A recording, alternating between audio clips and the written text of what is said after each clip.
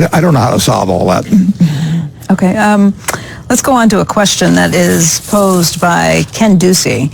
He says, you sold 31 newspapers after buying them over 40 years as a self-described newspaper addict. You said recently that most newspapers were toast. I know that's not exactly what you said. Yeah, that's not true. But this isn't his question. You can answer that too. Do you believe the problem with local newspapers is a lack of demand or a lack of innovation and a new business model? Well, the problem is that, getting back to the toast comment, Andy Sherwood actually is the fellow that said toast. He was interviewing me and I repeated it. But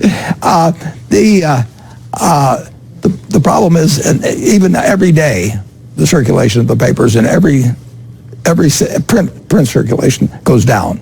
And the interesting thing about it, of course, is that the three survivors so far that look promising online are the New York Times and the Wall Street Journal and the Washington Post.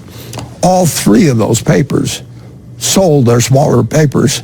The New York Times sold, I think, 11 papers about 7 or 8 years ago. The Dow Jones, which owned the Wall Street Journal and now is owned by News Corp, they sold the Ottaway newspapers, 8 papers. Washington Post sold the Everett Herald. So they all saw the handwriting on the wall before I did, and they all sold their papers. That was their reaction. They did not try and figure out the online solutions. They got out of them, and unfortunately, I bought some, and we're still in it. I mean, we are financing Lee, and we think Lee has by far the best opportunity to continue print as long as anybody and to find an online solution for these papers.